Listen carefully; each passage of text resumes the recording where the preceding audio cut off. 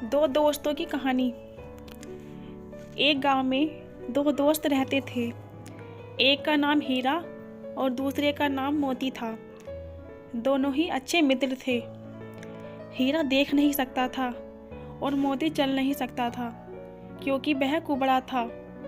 दोनों ही लाचार होने के कारण नहीं तो चल पाते थे और न ही कहीं घूमने जा पाते। दोनों ही पूरा दिन साथ रहते और बातें किया करते थे।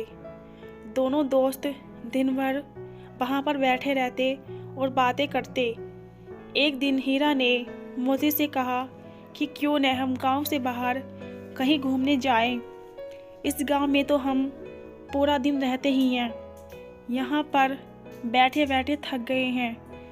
कहीं सैर कर आएं। भगवान ने चाहा तो क्या पता कुछ हाथ लग जाए जिससे हमारा भला हो जाए। तो मोती मान गया और दोनों मित्र गांव से निकल पड़े। हीरा कुछ भी देख नहीं सकता था और मोती चल नहीं सकता था, तो हीरा ने मोती को अपने कंधे पर बैठा लिया। फिर मोती हीरा को रास्ता बताता और हीरा मोती के बताए रास्ते पर चलता और दोनों मित्र गांव से निकल पड़े।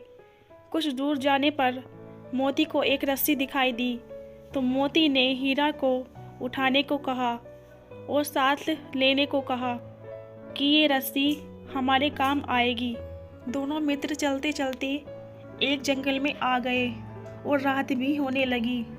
अब दोनों को रात बिताने को लेकर चिंता होने लगी। तभी मोती को उस जंगल में एक घर दिखाई दिया। वो रात बिताने के लिए उस मकान की ओर चल पड़े। वो मकान के अंदर गए तब उन्होंने देखा कि घर के अंदर एक राक्षस सो रहा है। तो डरकर मोती ने दरवाज़ा बाहर से बंद कर दिया।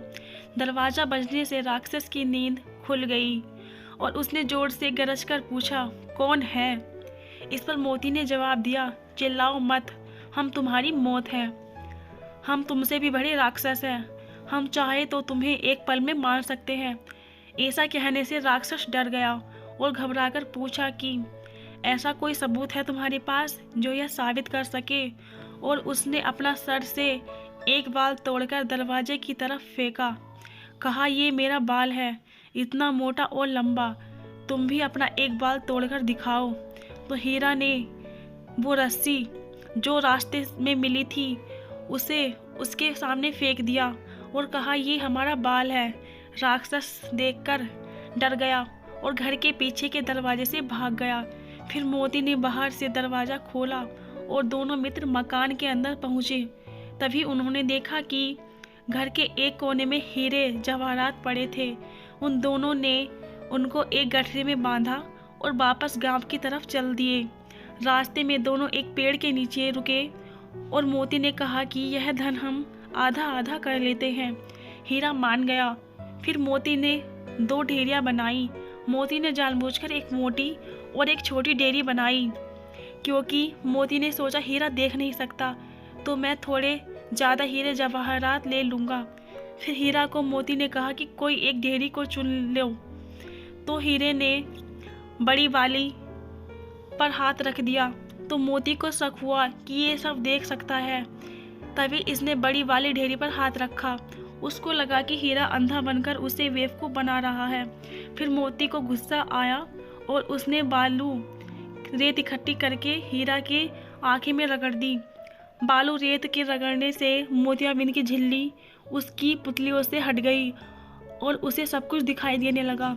हीरा ने दोनों ढेरियों को देखा तो उसको गुस्सा आ गया और उसने गुस्से से मोती के पीठ पर एक लात दे मारी।